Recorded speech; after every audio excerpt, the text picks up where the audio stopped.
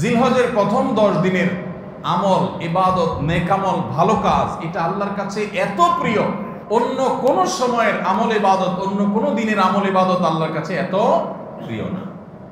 জিলহজের প্রথম দশকের এত মর্যাদা কেন বেশি ভাই?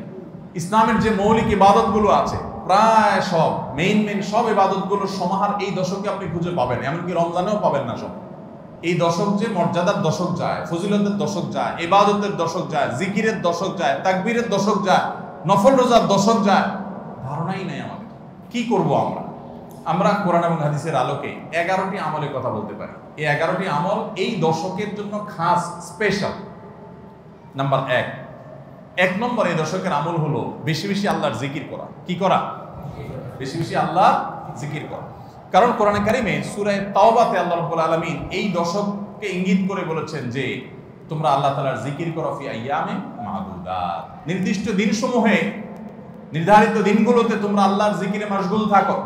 এখানে আল্লাহর জিকির যে নির্দিষ্ট দিনগুলোতে রাখার কথা বলা হয়েছে, সেই আয়াতের ব্যাখ্যা আবারও তাফসীর ইবনে কাসিরে এবং ইবনে আব্বাস রাদিয়াল্লাহু আনহু সহ আরো অন্যান্য মুফাসসিরদের থেকে বর্ণিত হয়েছে যে নির্দিষ্ট দিন বলতে জিলহজের প্রথম 10 দিনকে আল্লাহ তাআলা মিন করেছেন। এই 10 দিনই তোমরা আল্লাহর জিকিরে বেশি বেশি করে আল্লাহ তাআলার জিকির। তাহলে জিকির শুধু না, পরিমাণে বাড়িয়ে বাড়িয়ে বেশি বেশি পরিমাণে জিকির করতে হবে এই দশকে। আল্লাহ তাআলার স্মরণ অন্তরে হবে, মুখে আল্লাহ তাআলার জিকির চলবে, কাজের মাধ্যমে জিকিরের আমল চলবে, অন্তরের স্মরণের মাধ্যমে, মুখে জিকিরের মাধ্যমে। কোরআনের তেলাওয়াত একটা জিকির, তাসবিহ গুলো একটা জিকির, তাহমিদ আল্লাহর প্রশংসা একটা জিকির, এরকম যত জিকির আছে এই দশক হলো জিকিরের দশক। সবচেয়ে বেশি জিকির চলবে। সবচেয়ে বেশি কি চলবে? জিকির চলবে। দ্বিতীয়ত যে আমলটি চলবে তা হলো যে কোনো নেক আমল। কারণ একটু আগে আমরা হাদিস শুনলাম যে নবী করিম সাল্লাল্লাহু আলাইহি ওয়াসাল্লাম বলেছেন মা মিন আইয়ামিন আল আমালুস সালিহু ফিহিন্না আহাব্বু ইলাল্লাহ মিন হাযিহিল আইয়াম। এই জিলহজের 10 দিনের চাইতে অন্য কোন দিনের নেক আমল আল্লাহর কাছে বেশি প্রিয় না। মাস হিসাবে রমাদান সবচেয়ে সেরা, আর দিন হিসেবে খুচরা দিনগুলোর মধ্যে রমজানের বাইরে সবচেয়ে সেরা কোনটা? জিলহজের প্রথম দশক। রমজানের পরে মর্যাদার বিচারে সবচেয়ে বেশি মর্যাদাপূর্ণ দশক হলো এই দশক। এই জন্য এই দশকে আমল করলে আল্লাহর কাছে এত প্রিয় যে অন্য কোনো সময়ের আমল আল্লাহর কাছে এত প্রিয় না। এই জন্য এই দশকের দ্বিতীয় আমল হলো বেশি বেশি নেক আমল করা। বেশি বেশি কি করা? নেক আমল করা। রুটিন যে কাজগুলো আছে সেগুলো বিশেষ ইহতিমামের সাথে করা। অন্য সময় আপনি নামাজের টুকটাক গাফলতি করেন, কিন্তু এই দশকে মোটেই করবেন না। অন্য দশকে আপনার ফজরের জামাত একটু মিস হয়, এই দশক মোটেই করবেন না। আগে থেকে ইহতিমাম থাকবে যে এই দশক কোনোভাবে ইবাদত থেকে আমি যেন দূরে না থাকি। আল্লাহ তাআলা আমাদের সবাইকে আমলের তৌফিক দান করুন। তাহলে 2 নম্বর আমল হলো বেশি বেশি নেক আমল করা এই দশকে। রুটিন নেক আমলগুলো যেগুলো সবসময় করতে হয় এগুলোকে বিশেষ ইহতিমামের সাথে করা, আর আরো নফল আমল বাড়িয়ে বাড়িয়ে করা। আপনি অন্য সময় কোরআন তেলাওয়াত খুব বেশি করতে পারেন না, এই দশকে কোনো অবস্থাতে ছাড়বেন না। অন্য সময় তাসবিহ তেলাওয়াত খুব বেশি হয় না, এই দশকে কোনো অবস্থায় ছাড়বেন না। অন্য সময় নামাজে খুব বেশি খুশু ধরে রাখতে পারেন না, এই দশকে চ্যালেঞ্জ থাকবে যে ধীরস্থিরতার সাথে মনোযোগের সাথে নামাজ পড়ব। এভাবে নেক আমলের কসরত করতে থাকবেন আল্লাহর প্রিয় পাত্র হওয়ার পথে। আমরা এগিয়ে যেতে চাইলে এই দশক, এই 10টা দিন আমাদের জন্য বিরাট বড় একটা সুযোগ। আল্লাহ আমাদের সবাইকে তৌফিক দান করুন। 3 নম্বর, এই দশকের করণীয় হলো সকল গুনাহ থেকে অন্য সময়ের চাইতে এই সময়টাতে বেঁচে থাকার জন্য বেশি সচেষ্ট থাকা। গুনাহ তো 12 মাসই আমরা করব না, কিন্তু এই দশক গুনাহ না করার ব্যাপারে চেষ্টাটা একটু বেশি থাকবে। কারণ আপনারা সূরা তাওবার একটা আয়াত শুনেছেন, আল্লাহ রাব্বুল আলামিন সম্মানিত 4 মাসের আলোচনা করে বলেছেন যালিকাদ দীনুল কাইয়্যিম ফালা তাযলিমু ফিহিন্না আনফুসাকুম। এই সম্মানিত মাসগুলোতে তোমরা নিজের প্রতি নিজে অবিচার করিও না। ভাইরা আমার, তার মানে যে সময়টাতে আল্লাহর নৈকট্য লাভের সুযোগ, ওই সময়টাতে যদি কেউ পাপাচারে লিপ্ত হয়, এর চেয়ে পাপিষ্ঠ আর কে আছে?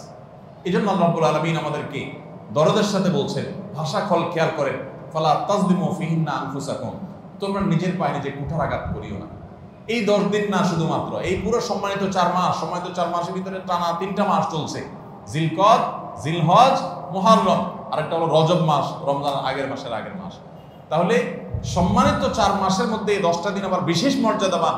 অতএব এই আয়াতটা এখানে আরো বেশি ফিট হবে, অর্থাৎ পাপাচার থেকে বাঁচার জন্য আলাদা কসরত থাকবে। অন্য সময় আমি গুনাহের কাজ করলেও এই দশকে কোনো অবস্থাতে আল্লাহর নাফরমানি করব না। আল্লাহ আমাদের সবাইকে বেঁচে থাকার তৌফিক দান করুন। ভাইরা আমার, তাহলে 3 নম্বর আমল আমরা পেয়ে গেলাম। 4 নম্বর আমল হলো যাদেরকে আল্লাহ তাআলা সামর্থ্য দিয়েছেন তারা হজ করবেন। এই দশক হজের আমলের মাস, আমলের দশক, এই দশকেই তো হজ হবে। অতএব যাদের তৌফিক দিয়েছেন আল্লাহ তাআলা তারা কি করবেন? হজ করবেন। এটা এই দশকের আমল। এটা হলো 4 নম্বর আমল। 5 নম্বর আমল হলো যাদেরকে আল্লাহ সামর্থ্য দিয়েছেন তারা এই দশকে কোরবানি করবেন। কারণ কোরবানি এমন একটা আমল, নবী করিম সাল্লাল্লাহু আলাইহি সাল্লাম মদিনা হিজরত করেছেন, এরপর থেকে প্রতি বছরে তিনি কি করেছেন? কোরবানি করেছেন। আল্লাহ নির্দেশ করেছেন ফাসাল্লি লিরাব্বিকা ওয়ানহার, তুমি তোমার রবের নির্দেশ পালনার্থে নামাজ আদায় করো এবং কোরবানি করো। এই জন্য ঈদুল আজহা অর্থাৎ এই জিলহজের প্রথম দশকের শেষ দিন অর্থাৎ 10ম দিনে কোরবানির আমলটা করা, এটা যাদের সামর্থ্য আছে তাদের জন্য প্রযোজ্য। এই দশকের একটা আমল হলো কি করা? কোরবানি করা। কয়টা আমল গেল? 5টা। 6 নম্বর হলো যাদের কোরবানি করার ইচ্ছা আছে তারা জিলহজের চাঁদ ওঠার আগে আগে জিলকদ মাসের শেষ দিনের মধ্যে তাদের হাতের নখ, চুল, গোঁফ, অবাঞ্ছিত লোম এগুলো সব কেটে পরিষ্কার করে ফেলবেন এবং এই দশক আর সেগুলোতে হাত দিবেন না। কোরবানি করে তারপরে সেগুলো পরিষ্কার করতে চাইলে করবেন, এই দশকে আর হাত দিবেন না। নবী সাল্লাল্লাহু আলাইহি সাল্লাম বলেছেন মান আরাদা আন ইউদাহিয়া ফালা ইয়াখুয মিন শা'রিহি ওয়া আযফারিহি শাইআ, যে ব্যক্তি কোরবানি করার ইরাদা করেছে, নিয়ত করেছে, সেজন্য তার চুল, নখ এগুলো না কাটে ওই 10 দিন। জিলহজের চাঁদ উঠছে আর কাটবেন না, চাঁদ ওঠার আগে আগে কেটে ফেলবেন এবং কোরবানির পরে যায় কাটবেন, এই 10 দিন বিরত থাকবেন। তবে অন্য আরো বিভিন্ন রিওয়ায়াত থেকে, বর্ণনা থেকে বোঝা যায় যে এই আমলটা শুধু যিনি কোরবানি করবেন তিনি নন, যিনি কোরবানি করবেন না, কোরবানি করার সামর্থ্য নাই, তিনি এই আমল করতে পারেন, তাহলে আল্লাহ তাআলা তাকে কোরবানি করার সওয়াব দান করবেন। এমনকি কোন সালাফ, কোন সাহাবী থেকে এই আমলও বর্ণিত আছে যে বাসার বাচ্চা কাচ্চা যারা আছে তাদেরকেও এই দশকে চুল, নখ ইত্যাদি কাটতে নিষেধ করেছেন। তাহলে চুল, নখ ইত্যাদি কাটা থেকে বিরত থাকা এই 10 দিন, আগে কাটা এবং পরে কাটা, এই 10 দিন না কাটাকাটি না করা, এটা একটা মুস্তাহাব আমল। এবং প্রায় সব ফুকাহা একরাম এই ব্যাপারে একমত হয়েছে। মাওসুআ ফিকহিয়া কুয়েতিয়ার মধ্যে লেখা হয়েছে যে ইত্তাফাকাল ফুকাহা, সব ফকিহগণ প্রায় একমত যে এই দশকে যিনি কোরবানি করবেন তিনি তো বটেই, কোরবানি যিনি করবেন না তাদের তরফ থেকেও চুল, নখ এগুলা কাটা থেকে বিরত থাকা মুস্তাহাব। তাহলে 6 নম্বর আমল গেল চুল, নখ ইত্যাদি দশক না কেটে থাকা। 7 নম্বর আমল হলো এই দশকে বেশি বেশি তাকবীর পাঠ করা। এটা তাকবীরে মুতলাক বলা হয়, সাধারণ তাকবীর। আল্লাহু আকবার, আল্লাহু আকবার, লা ইলাহা ইল্লাল্লাহু, আল্লাহু আকবার, আল্লাহু আকবার ওয়ালিল্লাহিল হামদ। এই তাকবীরটা হলো মিন শাআইরিল ইসলাম, এটাকে আমরা করতে পারি। ইসলামের যে নিদর্শনগুলো আছে সেগুলোর মতো করে এই তাকবীরটা আমরা পাঠ করব। এমন ভাবে পাঠ করব যে অলিতে গলিতে, রাস্তাঘাটে সব জায়গায় তাকবীরের ধ্বনি চলতে থাকবে, কারণ ডিস্টার্ব করে না, মৃদু কণ্ঠে সব জায়গায় গুনগুনিয়ে আমাদের মুখ থেকে তাকবীর চলবে। আপনারা অনেকে হয়তো শুনে থাকবেন সাহাবায়ে কেরাম রিদওয়ানুল্লাহি তাআলা আজমাইনের মধ্যে থেকে কেউ কেউ, আবু হুরায়রা রাদিয়াল্লাহু তাআলা আনহু, আরো কোন সাহাবীর আমল বর্ণিত আছে যে জিলহজের প্রথম দশক শুরু হলে তারা বাজারে চলে যেতেন। বাজারে কেন যেতেন ভাই? শুধুমাত্র এই নিয়তে বাজারে যেতেন যে বাজারে গিয়ে অনেক মানুষজন থাকবে, তাদের সামনে গিয়ে উচ্চস্বরে তাকবীর পাঠ করব, আমার তাকবীর শুনে পুরো বাজারে সবাই গুনগুনিয়ে তাকবীর বলে উঠবে, এই উদ্দেশ্যে শুধুমাত্র কোন সাহাবী বাজারে যেতেন এবং যে বলতেন আল্লাহু আকবার, আল্লাহু আকবার, লা ইলাহা ইল্লাল্লাহ, আল্লাহু আকবার, আল্লাহু আকবার ওয়ালিল্লাহিল হামদ। আমাদের বাসা বাড়ি, আমাদের ব্যবসা প্রতিষ্ঠান, আমাদের শিক্ষা প্রতিষ্ঠান, আমাদের চিন্তা চেতনা, মন, মগজ, দেহ, মস্তিষ্ক সবকিছু ইবলিস নানাভাবে আমাদেরকে প্রভাবিত করে রাখছে। ইবলিসের ওয়াজ তো আজকাল আমরা শুনি না। কোরআনে আল্লাহ তাআলা সবচেয়ে বেশি যাকে শত্রু হিসাবে দেখাইছেন সে হলো কে? ইবলিস। তার ব্যাপারে আল্লাহ বলেছেন যে সে আমাদের আদু ও মুবিন, স্পষ্ট শয়তান। আমরা জীবনে কোনোদিন দেখিই নাই, আল্লাহ বলেছেন স্পষ্ট শয়তান। কেমনে স্পষ্ট হলো? আমরা দেখিই না, সে থাকে গোপনে, আল্লাহ বলেছেন স্পষ্ট। ভাইরা আমার, এই জন্য আল্লাহ স্পষ্ট বলেছেন যে শয়তান নিজে দেখা না দিলে কি হবে? শয়তানের শয়তানি সারাক্ষণ আমাদের চোখের সামনে ভাসে, চতুর্দিক থেকে শয়তানি আমরা দেখি না? তো এই শয়তান তার শয়তানি করে করে পরিবেশটাকে আমাদের নষ্ট করে ফেলছে। আমাদের দেশ তরুণ প্রজন্মকে ধ্বংসের দ্বারপ্রান্তে নিয়ে যাওয়া হয়েছে, তাদেরকে দিন থেকে এত দূরে সরাই দেওয়া হয়েছে, কখনো শিক্ষার নামে, কখনো সংস্কৃতির নামে, কখনো বিনোদনের নামে, কখনো খেলাধুলার নামে, কখনো ক্যারিয়ারের নামে, এক এক সময় এক এক নাম দিয়ে আমাদের সন্তানদেরকে আল্লাহি দিন থেকে এত দূরে সরিয়ে ফেলা হয়েছে আমরা অনেকে এখনো আঁচ করতে পারছি না। ভয়াবহতা কোথায় গিয়ে ঠেকেছে অনেকে অনুমান করতে পারছি না। সমাজ থেকে শয়তানের এই সমস্ত শয়তানের প্রভাব দূর করবার জন্য জিলহজের প্রথম দশকে অলিতে গলিতে রাস্তাঘাটে বাসা বাড়িতে ব্যবসা প্রতিষ্ঠানে সব জায়গায় তাকবীর ধ্বনি উচ্চারিত করতে থাকেন। এই তাকবীর ধ্বনি নীরবে না, সশব্দে, সশব্দে বলতে মানুষকে ডিস্টার্ব করে না, যতটুকু মানুষ সহনীয় হয় মৃদু কণ্ঠে এই তাকবীর গুনগুনিয়ে আমরা গাইতে থাকবো, আওয়াজ করে করে বলতে থাকবো, সর্বত্র এটি ধ্বনিত হতে থাকবে। এই আন্দোলনটা আমার প্রত্যেকটা একটু করতে হবে। রাজি আছি তো ইনশাআল্লাহ? ভাইরা আমার, বাজারে গিয়ে, চায়ের দোকানে, মাছের বাজারে বা খুব জমজমাট বাজারে গিয়ে যদি আপনি হঠাৎ করে তাকবীর দিয়ে উঠেন, আল্লাহু আকবার, আল্লাহু আকবার, লা ইলাহা ইল্লাল্লাহ, আল্লাহু আকবার, আল্লাহু আকবার, ওয়ালিল্লাহিল হামদ, কত মধুর কণ্ঠে এই তাকবীর পাঠ করা যায়। আল্লাহু আকবার, আল্লাহু আকবার, আল্লাহ সবচেয়ে বড়, আল্লাহ সবচেয়ে বড়, লা ইলাহা ইল্লাল্লাহ, আল্লাহ ছাড়া সত্যিকারের কোনো মাবুদ নাই, লা ইলাহা ইল্লাল্লাহ, আল্লাহু আকবার, আল্লাহ বড়, ওয়ালিল্লাহিল হামদ, আল্লাহ বড়, আল্লাহ বড় এবং তার জন্য সমস্ত প্রশংসা। ভাইরা আমার, আল্লাহর বড়ত্ব এটা বলতে গিয়ে আজকাল আমাদের অনেকের হেজিটেশন হয়, আমাদের অনেকের মধ্যে ইতস্তত বোধ হয় যে মানুষের সামনে যায় বলবো, একা একা বলি ঠিক আছে, মানুষের সামনে আবার বলবো কেমন লাগে। এগুলো আমাদের ইমানের দুর্বলতার দলিল। আমার আল্লাহর বড়ত্ব বর্ণনা করতে আমার মধ্যে ইতস্তত বোধ যদি হয়, তো আমার যদি নিমুখ হারাম আর কে আছে আল্লাহর জমিনে? আমি কত আল্লাহ নিমুখ হারাম যে আমি সারাদিন আল্লাহ নিয়ামতের ভিতরে ডুবে আছি, আল্লাহর বড়ত্বটা জোরে বললে কে কি মনে করবে, আমি এই চিন্তা করছি। তো আমরা ইনশাআল্লাহ এই অচল আয়তন ভাঙবো তো, আমরা ইনশাআল্লাহ এই হীনমন্যতা, এই ইতস্ততা দূর করবো তো ইনশাআল্লাহ। ভাইরা আমার, টার্গেট করে করে বাসায় যাওয়ার সময় মোবাইলে অ্যালার্ম দিয়ে দিয়ে লিখে লিখে রিমাইন্ড করে করে তারপরে আমল করবো, মনে থাকবে তো ইনশাআল্লাহ। যেখানে মানুষ আছে একটু জোরে জোরে তাকবীর পাঠ করবো, বাসায় ঢোকার সময় জোরে জোরে পড়তে পড়তে ঢুকবেন যাতে বাসার সবাই তাকবীর দিয়ে উঠে। হঠাৎ মনে হবে একটু জোরে জোরে করবেন যাতে সবাই তাকবীর দিয়ে উঠে। পুরো পরিবেশটাকে সেভাবে করবেন। আমি আমার বাসায় এই দশক আসলে সাধারণত মৃদু কণ্ঠে ভলিউমের সবসময় তাকবীরটা চালু করে রাখি যাতে সবাই মনে হয়। অফিসে কম্পিউটারে এটাকে মৃদু কণ্ঠে চালু করে রাখি, অন্যান্য কাজ করতে থাকে, এই আওয়াজ চলতে থাকে যাতে করে যে আসে সে দেখে তার মনে হয় সে আমলটা করতে পারে। আমরা এই আমলটা চিন্তা করবো তো ইনশাআল্লাহ। যদি আপনি বাজারে গিয়ে তাকবীর বলেন, আমাদের সমাজের যে অবস্থা, যে অবক্ষয়, দ্বীনি চেতনা দিন দিন যেভাবে হারিয়ে গেছে, আপনার তাকবীর শুনে হয়তো অনেকে হাসবে। হঠাৎ করে যখন বাজারে গিয়ে তাকবীর দিবেন জোরে জোরে বলবে ব্যাপার কি, কেউ কেউ হয়তো ইশারা করতে মাথায় হয়তো কোনো সমস্যা আছে, এরকম হতে পারে। হতে পারে কি পারে না? কেন হতে পারে? কারণ সব গাফেলদের মধ্যে একজন জাকের আসছে, সব গাফেলদের মধ্যে একজন জাকের আসছে। যেখানে সবাই গাফলতিতে নিমজ্জিত, সেখানে একজন জিকিরকারী আসছে।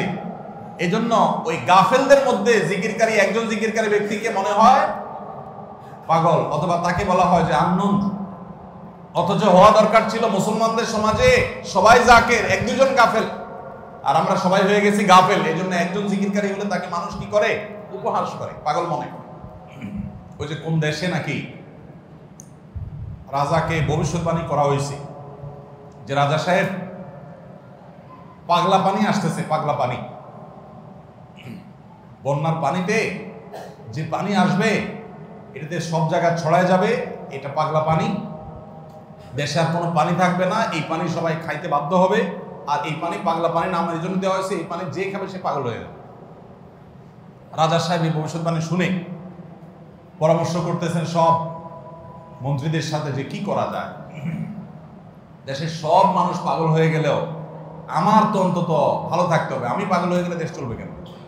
তো সবাই বলতে দিচ্ছে রাজা সাহেব এক কাজ করেন, তাহলে আপনার রাজ বাড়িতে বেশি করে পানি স্টক করে রাখেন, যে পাগলা পানি যখন আসবে, সাধারণ পানি যখন থাকবে না, ট্যাঙ্কিতে আপনার বাসায় পর্যাপ্ত পানি থাকবে, 1-2 মাস চলবে।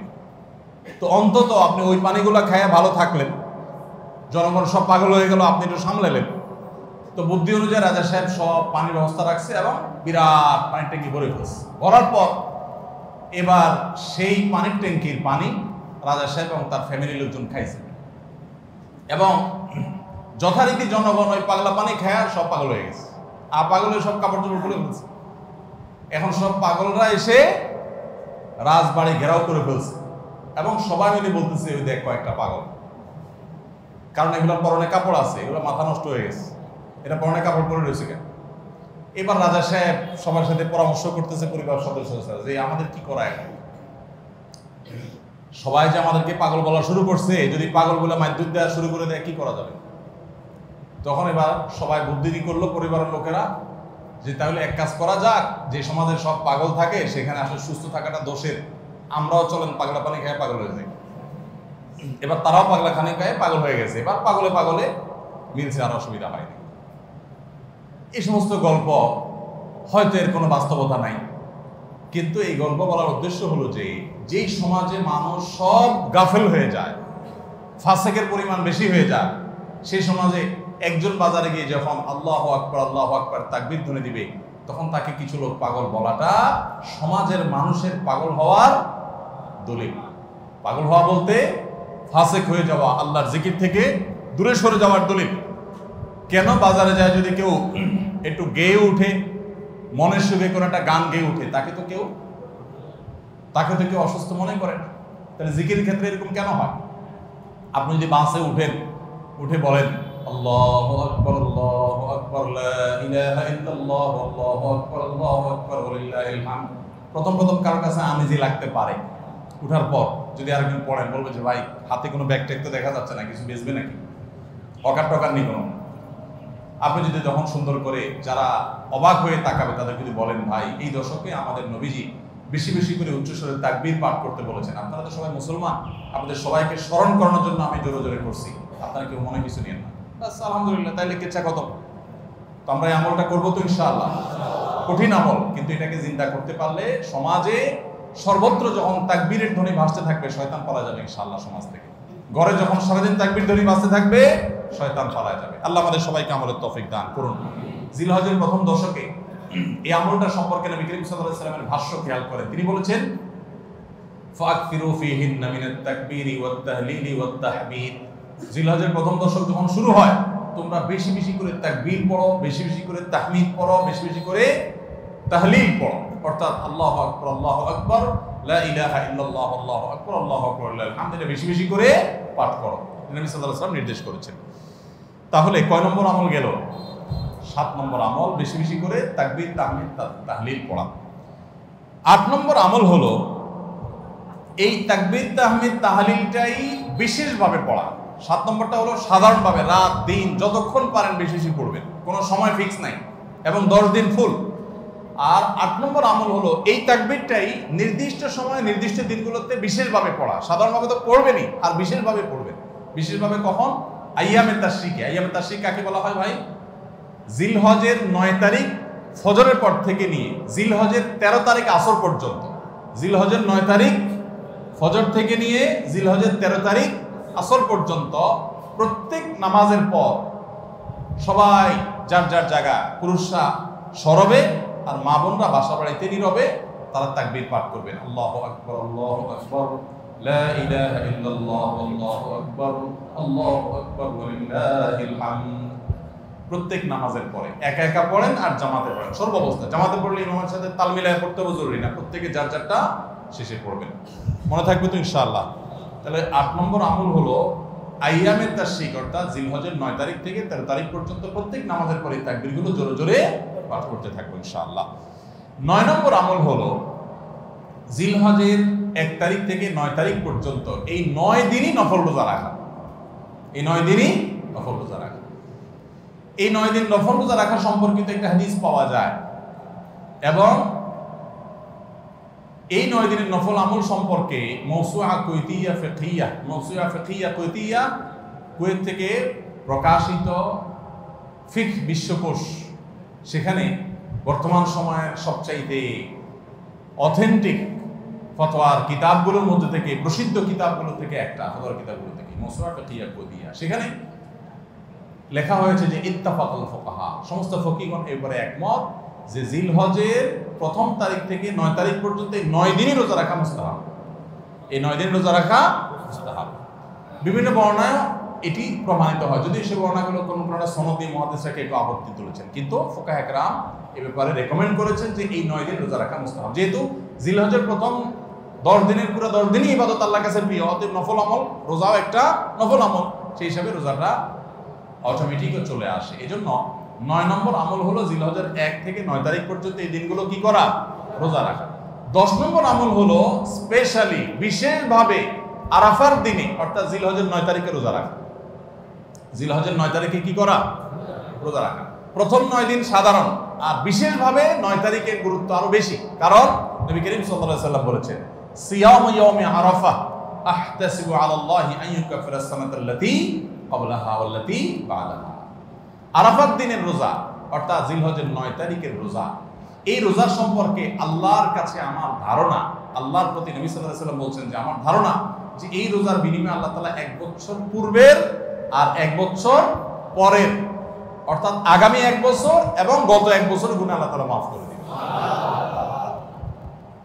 আমরা এই পর্যন্ত যত ফজিলতের কথা শুনেছি, পিছনে গুনাহ মাফ করে দিবেন, গত 1 বছর গুনাহ মাফ করে দিবেন, সারাদিন গুনাহ মাফ করে দেওয়া হবে, এরকম বিভিন্ন হাদিস আমরা শুনেছি। কিন্তু এরকম কোন হাদিস কেউ হয়তো আমরা এই হাদিস ছাড়া আরেকটা হাদিস শুনি নাই যে 1 বছর অগ্রিম গুনাহ মাফ করবেন। যদি আল্লাহ তাআলা কাউকে হায়াত দেন তিনি 1 বছরের গুনাহ মাফ পেয়ে যাবেন। কোন হাদিস বেত্তাগণ বলেন যে হাদিসের মধ্যে ইশারা পাওয়া যায় যে কেউ যদি আরাফাতের রোজা রাখার তৌফিক পায় হয়তোবা আগামী 1 বছর হায়াত পাওয়ার তৌফিক হবে তার। যদিও এটা জাস্ট একটা ব্যাখ্যা, এটা এমন না যে হাদিসে বলা হয়েছে আলাদা গ্যারান্টি দিয়ে, এরকম না। অতএব ব্যত্যয় ঘটলে করতে পারে। কথা বুঝে আসছে ভাই? তো এই জন্য এই আরাফাত দিনের রোজা এটা আমরা মিস করবো না ইনশাআল্লাহ। তাহলে 10 নম্বর আমল গেল জিলহজের 9 তারিখের রোজা। 11 নম্বর আমল হলো ঈদুল আজহার সমস্ত সুন্নাতগুলো আমল করা। ঈদুল আজহার অনেকগুলো সুন্নাত আছে না, এই সুন্নাহগুলো সবগুলো আমল করা। ঈদুল আজহার যে সুন্নাহগুলো আমল সাধারণত হয় না, গোসল আমরা করি, সুগন্ধি আমরা ব্যবহার করি, আলহামদুলিল্লাহ, অন্য অনেক সুন্নাত আমরা আমল করি, কিন্তু যে সুন্নাতের আমল সাধারণত হয় না তার ভিতরে একটা হলো ফজরের নামাজ মহল্লার মসজিদে এসে পড়া, ভোর রাতে আগে আগে উঠা। অন্য সময়ের চাইতে ঈদের দিন ফজরের মুসল্লি আরো আমাদের মসজিদে কম থাকে, কারণ চাঁদ রাতে তামাশা করে বেড়ায়, ফজর নামাজ মিস হয়ে যায়। তো ইমানদার সেটা করতে পারেন না। ঈদের সুন্নাহটা বিশেষভাবে আদায় করার চেষ্টা করা দরকার, অর্থাৎ জামাতের সাথে ফজর নামাজ পড়া দরকার, আগে আগে উঠা দরকার। ঈদের দিনের সুন্নাতগুলোর মধ্যে থেকে একটা। আরেকটা সুন্নাত আমাদের অবহেলিত, আদায় হয় না, সেটা হলো ঈদুল আজহা হোক আর ঈদুল ফিতর হোক, ঈদের নামাজ মাঠে পড়ার চেষ্টা করা দরকার। কোথায়? মাঠে। মাঠ এখন কম, বিশেষ করে শহর এলাকাতে মাঠ একটু কম, কিন্তু যেগুলো আছে সেগুলো যদি সঠিকভাবে সবগুলোকে ব্যবহার করা হয় তাহলে অনেক জায়গায় সুন্নাহ জিন্দা হয়। আমরা ঈদের নামাজ মসজিদে পড়ি, কেন পড়ি? একটা অজুহাত দেই, মাঠ কম। এই অজুহাত সব ক্ষেত্রে গ্রহণযোগ্য না এবং সঠিক না। অনেক জায়গায় মাঠ থাকা সত্ত্বেও মানুষ মসজিদে নামাজ পড়ে, কারণ সব মহল্লার মানুষ আলাদা আলাদা নিজেরা একটু মাঠ বলি করতে চায়। আমরা আবার আরেক জায়গায় নামাজ পড়তে যাবো, আমাদের একটা বাঁকাবাতি থাকে। এই রোগ মসজিদে ঢুকে গেছে, মসজিদ কমিটির লোকদের মধ্যে রোগ ঢুকে গেছে। তারাই কোরবানি করতে রাজি না যে আমরা এখানে জমাত করবো না, চল আমরা সবাই মিলে বড় একটা মাঠে করি। বড় মাঠে কয়েক মসজিদের একসাথে নামাজ আদায় করার যে সৌন্দর্য আছে, এই সৌন্দর্য মসজিদের মধ্যে ঈদের নামাজ পড়ার মাধ্যমে নাই। এই জন্য ভাইরা মাঠে ঈদের নামাজ জিন্দা করার চেষ্টা করতে হবে ইনশাআল্লাহ। চেষ্টা করা যাবে না ইনশাআল্লাহ? তাই বলে আবার রাস্তাঘাট আটকায় মানুষের অসুবিধা হয় সেভাবে করে ঈদের নামাজ ব্যবস্থা করেন না। হ্যাঁ, যদি কোনো রাস্তা এরকম হয় যে না, এই রাস্তা বিকল্প বহু রাস্তা ডানে বামে আসে, মহল্লার রাস্তা কারোর কোনো অসুবিধা হবে না, তাহলে সেখানে হতে পারে শর্ত সাপেক্ষে। কিন্তু সাধারণত রাস্তা নয়, বরং আমাদের নামাজ পড়তে হবে কোথায়? মাঠে। এবং ঈদের নামাজ মসজিদে আদায় করবেন না, মাঠে আদায় করবেন। এই আওয়াজটা সর্বত্র তোলা দরকার। শহর তো বটেই, গ্রামে পর্যন্ত এখন প্রত্যেক মসজিদের নামাজ কেউ কাউকে মানতে রাজি না, আরেক জায়গায় ঈদগাহে নামাজ পড়ে আমাদের ইজ্জত থাকে নাকি? এই লোক ইসলাম বুঝে নাই। ঈদের জামাত হবে অনেক বড় জামাত, সেখানে বহু মসজিদের মুসল্লিরা আসবে, এটার মধ্যেই সৌন্দর্য, পুরো মহল্লার মানুষের সম্মিলন করবে। এই সুন্নাতটা আদায় হয়। ঈদুল আজহার আরেকটা সুন্নাত অবহেলিত, সেটা হলো ঈদুল আজহায় আমরা জানি যে প্রথম খাবার ঈদুল আজহার কোরবানির গোশত দিয়ে হবে, এটা সুন্নাত। ওমর রাদিয়াল্লাহু তাআলা থেকে একটা রওয়ায়াত বর্ণিত আছে যে আল্লাহ তাআলার উদ্দেশ্যে কোনো কিছু দান করলে এটা নিজে ভোগ করা যায় না। যায়? আপনি আল্লাহকে খুশি করার জন্য আল্লাহর ওয়াস্তে কিছু দিয়ে দিয়েছেন, এটা কি নিজে খাওয়া যায়? এটা আপনি গরিবকে দিয়ে দিবেন, মসজিদে দান করলে মসজিদকে দিয়ে দিবেন, আপনি নিজে ভোগ করতে পারবেন না। শুধু কোরবানি এবং আকিকা এই দুইটা আমল আছে, যে এই দুইটা আমল আল্লাহকে খুশি করার জন্য জবাই করার সময় বলছেন বিসমিল্লাহ আল্লাহু আকবার, আল্লাহুম্মা লাক মিনকা ওয়া লাক, আল্লাহ আপনার তরফ থেকে আবার আপনার উদ্দেশ্যেই কোরবানি করলাম, আমার কোনো ধান্দা নাই। অথচ আবার ঠিকই ওইটার গোশতটা আল্লাহ আপনাকে খেতে দিয়েছে, কারণ এটা আল্লাহর পক্ষ থেকে সাদাকা, আল্লাহর পক্ষ থেকে মেহমানদারি, যে আল্লাহ আপনার থেকে কবুল করেছেন এবং বলেছেন বান্দা আমি বুঝে পাইছি এবার তোমাকে দিছি, তুমি খাও। তো এই জন্য আল্লাহর মেহমানদারি দিয়ে দিনের প্রথম খাবার গ্রহণ করা, যাতে করে ক্ষুধার্ত থেকে খাবারের প্রতি আগ্রহী হন আপনি এবং আল্লাহর মেহমানদারি দিয়ে প্রথম খাবার খান আপনি, এটা সুন্নাত। এই জন্য ঈদুল আজহার দিন আমরা কোনো কিছু না খেয়ে থাকবো, রাতে খেয়ে যে শোবো, এরপরে আর কোনো কিছু খাবো না, ঈদগাহে আসবো না খেয়ে, কোরবানির পশুর গোশত বানায় রান্না করে ওইটা দিয়ে প্রথম খাবার খাবো ইনশাআল্লাহ। আল্লাহ তাআলা আমাদের সবাইকে এই সব সুন্নাহগুলো মেনে চলার তৌফিক দান করুন। তাহলে 11 নম্বর আমল হলো ঈদুল আজহার সব সুন্নাহগুলা পালন করা। আমরা আবারও এক নজরে বলি, জিলহজের প্রথম দশকের 11টি আমলের সর্বপ্রথম আমল বলেছি বেশি বেশি আল্লাহর জিকির করা। বেশি বেশি কি করা? আল্লাহর জিকির করা। এই দিনগুলোতে, নির্দিষ্ট দিনগুলোতে আল্লাহর জিকির করবার নির্দেশ আল্লাহ তাআলা কোরআনে কারীমে সূরা তাওবায় করেছেন। দ্বিতীয় আমল বলেছি বেশি বেশি নেক আমল করা, কারণ এই দশকের নেক আমল আল্লাহর কাছে অন্য যে কোনো সময়ের নেক আমল ভালো কাজের চাইতে বেশি প্রিয়। এই দশকের নেক আমল চলতে থাকবে, সেটা জিকির হোক, তেলাওয়াত হোক, দান সাদাকা হোক, নফল রোজা হোক, নফল নামাজ হোক, যত রকমের ইবাদত আছে, এটা ইবাদতের দশক। রমজানে যেরকম ইবাদত করতে থাকি আমরা, এই দশকে এরকম কি চলবে? ইবাদত চলতে থাকবে। 3 নম্বর আমল হলো অন্য যে কোনো সময় আমরা গুনাহ এবং পাপাচার থেকে বাঁচার জন্য যতটা চেষ্টা করি, এই দশকে গুনাহ থেকে বাঁচার চেষ্টাটা হবে অন্য যে কোনো সময় চাইতে অনেক বেশি, কারণ এই দশক মর্যাদাপূর্ণ ইবাদতের জন্য। সেখানে গুনাহ করলে তার দায় এবং তার প্রায়শ্চিত্ত এরকম ভয়াবহ হবে। এই জন্য এই দশকে গুনাহ থেকে বিশেষভাবে বেঁচে থাকার চেষ্টা করা। 4 নম্বর আমল বলেছিলাম যাদের আল্লাহ সামর্থ্য দিয়েছেন তারা হজ করবেন। 5 নম্বর আমল বলেছিলাম যাদের আল্লাহ সামর্থ্য দিয়েছেন তারা কোরবানি করবেন। 6 নম্বর আমল বলেছিলাম যারা কোরবানি করবেন, এমনকি বিভিন্ন হাদিস থেকে বোঝা যায় যারা কোরবানি করবেন না তারাও, এমনকি বাচ্চাদেরকেও জিলহজের এই 10 দিন চুল নখ কাটা থেকে বিরত থাকবেন। চাঁদ ওঠার আগে আগে করবেন আর কোরবানির পরে করবেন। কয় নম্বর আমল গেল? 6 নম্বর। 7 নম্বর আমল হলো সাধারণভাবে এই 10 দিন রাত দিন যত বেশি পারেন উচ্চস্বরে সরবে তাকবীর পাঠ করতে থাকবেন। আল্লাহু আকবার, আল্লাহু আকবার, লা ইলাহা ইল্লাল্লাহ, আল্লাহু আকবার, আল্লাহু আকবার, ওয়া লিল্লাহিল হামদ। কোন হাদিসে 3 বার তাকবীর আসছে শুরুতে, আল্লাহু আকবার, আল্লাহু আকবার, আল্লাহু আকবার, লা ইলাহা ইল্লাল্লাহ, আল্লাহু আকবার, আল্লাহু আকবার, আল্লাহু আকবার, ওয়া লিল্লাহিল হামদ। আর 8 নম্বর আমল হলো এই তাকবীরটাই বিশেষ সময়ে, বিশেষ দিনে, বিশেষ সময়ে পড়া। সেটা কিভাবে? জিলহজ মাসের 9 তারিখ ফজরের পর থেকে নিয়ে জিলহজের 13 তারিখ আসরের নামাজ পর্যন্ত প্রত্যেক নামাজের পরে নারী পুরুষ সবাই এই তাকবীর নামাজের পরে একবার করে পাঠ করা। এটা বিশেষ সময়, তাকবীরে মুকাইয়াদ বলা হয় এটাকে, স্পেশাল। এটা 8 নম্বর আমল। 9 নম্বর আমল হলো জিলহজের 1 থেকে 9 তারিখ পর্যন্ত এই সব দিনগুলোতে নফল রোজা রাখা মুস্তাহাব।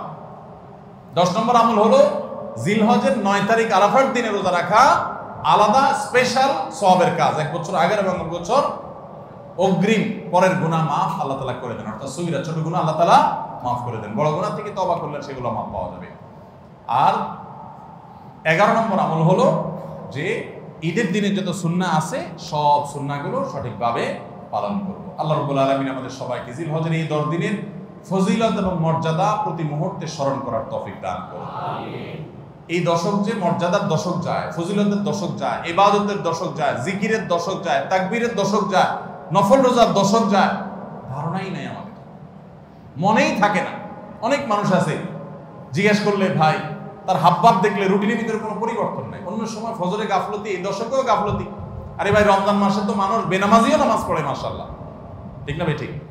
যে লোক বখিল সেও টুকটাক দান করে, যে কখনো মসজিদে আসে না সেও মসজিদে আসে, যে কোরআন ছুঁয়ে দেখে না সেও একটু কোরআন ছোঁয়, কারণ রমজান ইবাদতের মৌসুম চলছে।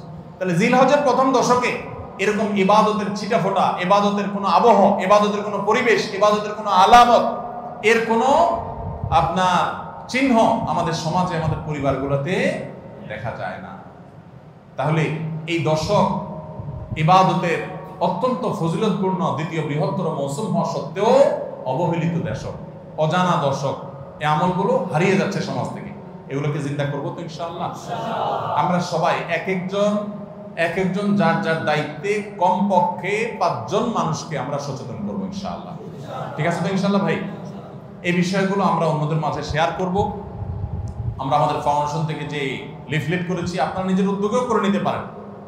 আপনারা চাইলে আমাদের ফাউন্ডেশনের যে কেউ গেলে যতগুলো কপি লাগে আপনারা নিয়ে নিতে পারবেন। আপনার মসজিদগুলোতে আপনারা বিতরণ করবেন।